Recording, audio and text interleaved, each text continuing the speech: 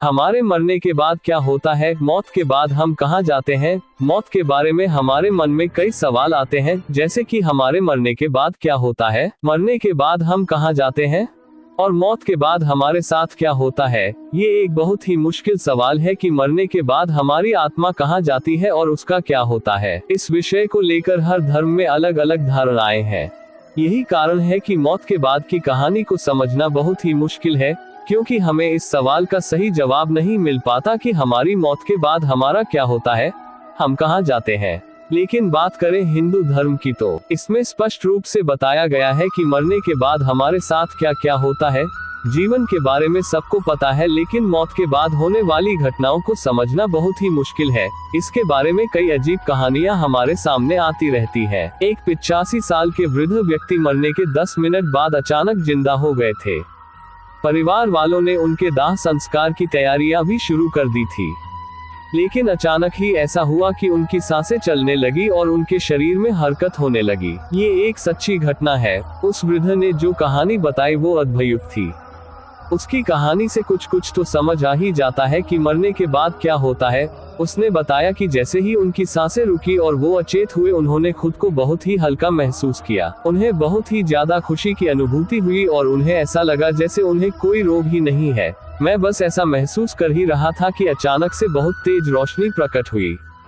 मैंने जब ध्यान लगाकर रोशनी में देखा तो 2 देवदूत प्रकट हुए, जिन्होंने बहुत ही चमकदार वस्त्र पहन रखे थे। उनमें से एक ने मेरा हाथ पकड़ा और मुझे ऊपर खींचकर खड़ा किया।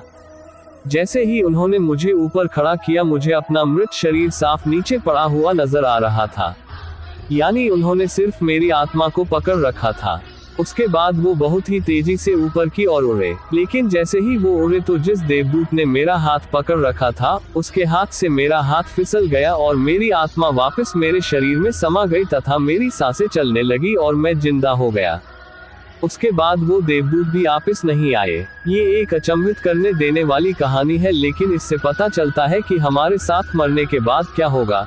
इसी तरह से एक और कहानी है जिसमें एक औरत काफी दिन से कोमा में पड़ी थी और मौत की कगार पर थी, लेकिन वो भी अचंभित रूप से बच गई। उसने बताया कि जैसे ही उसकी सांसें उखड़ने लगी और उसके प्राण निकले तो उसे एक सुरंग जैसा कुछ नजर आया, जिसमें प्रकाश ही प्रकाश था।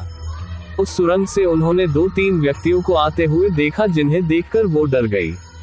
उनके डर के कारण वो इतनी जोर से चिल्लाई कि उसकी धड़। इस तरह से डॉक्टर्स तुरंत वहां पहुंचे और उन्होंने उसकी सार संभाल की।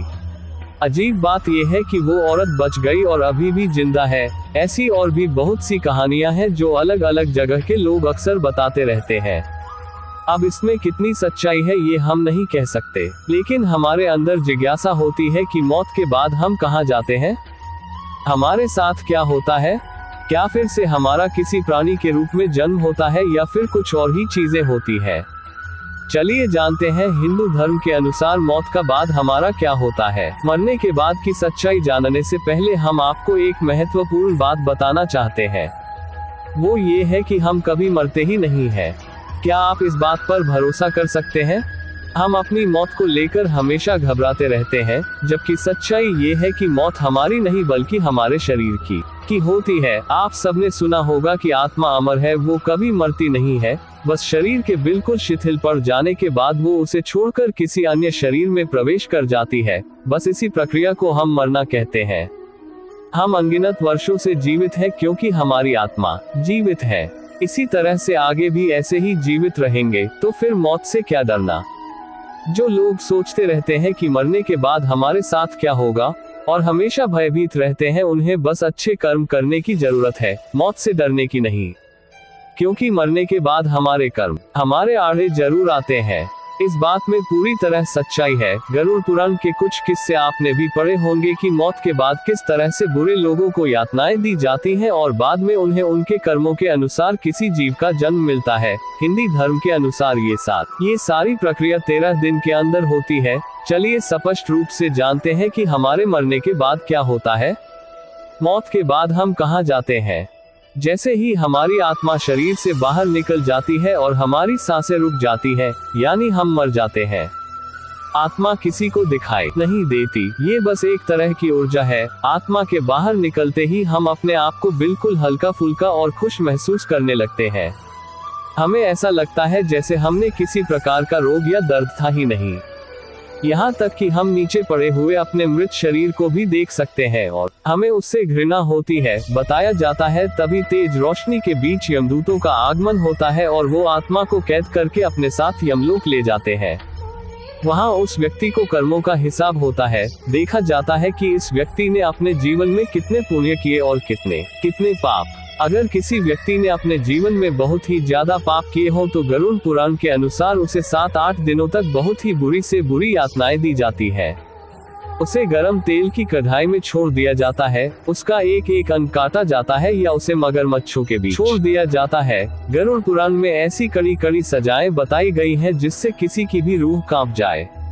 अगर आप सोच कर डरते रहते हैं कि मरने के बाद क्या होता है तो अभी से अपने कर्मों को सुधार लीजिए, अन्यथा बहुत देर ही चुकी होगी और आपका बुरा हाल होना तय है। जन्म दिया जाए। ये तय है कि बुरे व्यक्ति को हमेशा किसी ऐसे जीव के रूप में जन्म दिया जाता है जिसका जीवन कष्टों से भरा होता है। उसे अपने जीवन में काफी दुखद दर्द झेलने पड़ते हैं। कहने का मतलब ये है कि उसे नरक में भेज दिया जाता है।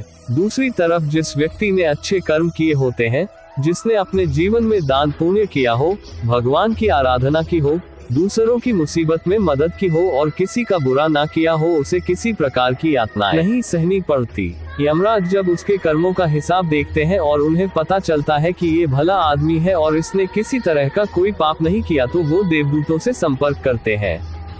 देवदूत आते हैं और उसे स्वर्ग में लेकर चले जाते हैं। इस प्रकार अच्छे आदमी को स्वर्ग की प्राप्ति होती है। वही कुछ बीच के लोग भी होते हैं जिन्होंने पाप भी किए होते हैं और धर्म भी किया होता है, तो ऐसे लोगों का हिसाब भी अलग तरीके से होता है। ऐसे लोगों को यमराज उसके हिस्से की सजा देकर फिर से किसी ठीक ठाक से जीव के रूप में जन्म देते हैं। तो ये है मरने के बाद की पूरी कहानी। एक जन्म तो केवल एक सीढ़ी है। सच्चाई तो ये है कि हम अनंत काल से जीते आ रहे हैं, जब से जीवन की शुरुआत हुई थी। बस हमारी आत्मा बार बार अपना चोला बदलती है, यानी एक शरीर को त्याग कर दूसरे शरीर में प्रवेश करती है। मौत का भय भी ऐसे ही व्यक्ति को ज्यादा होता है जिसने अपने जीवन में बहुत ज्यादा गलत काम किए हो। आप देखते होंगे कि कई ऐसे साधु संत होते हैं जिन्हें मौत से किसी प्रकार की कोई घबराहट नहीं होती, क्योंकि उन्होंने अपना जीवन भगवान को समर्पित कर दिया है। वो लोग बस दूसरों की सेवा करते हैं और भगवान की भक्ति में लीन रहते हैं, मतलब किसी प्रकार का कोई पाप नहीं करते। अगर आपको भी अपने मन से मौत का भय निकालना है तो अच्छे और पुण्य के काम करना शुरू कर दीजिए, साथ ही रोज भगवान को याद कीजिए। जो लोग जीवन भर पैसा इकट्ठा करने में लगे रहते हैं, जो पैसे के लिए असंख्य पाप कर चुके हैं, वो असल में अपने लिए नर्क का द्वार खोल चुके हैं।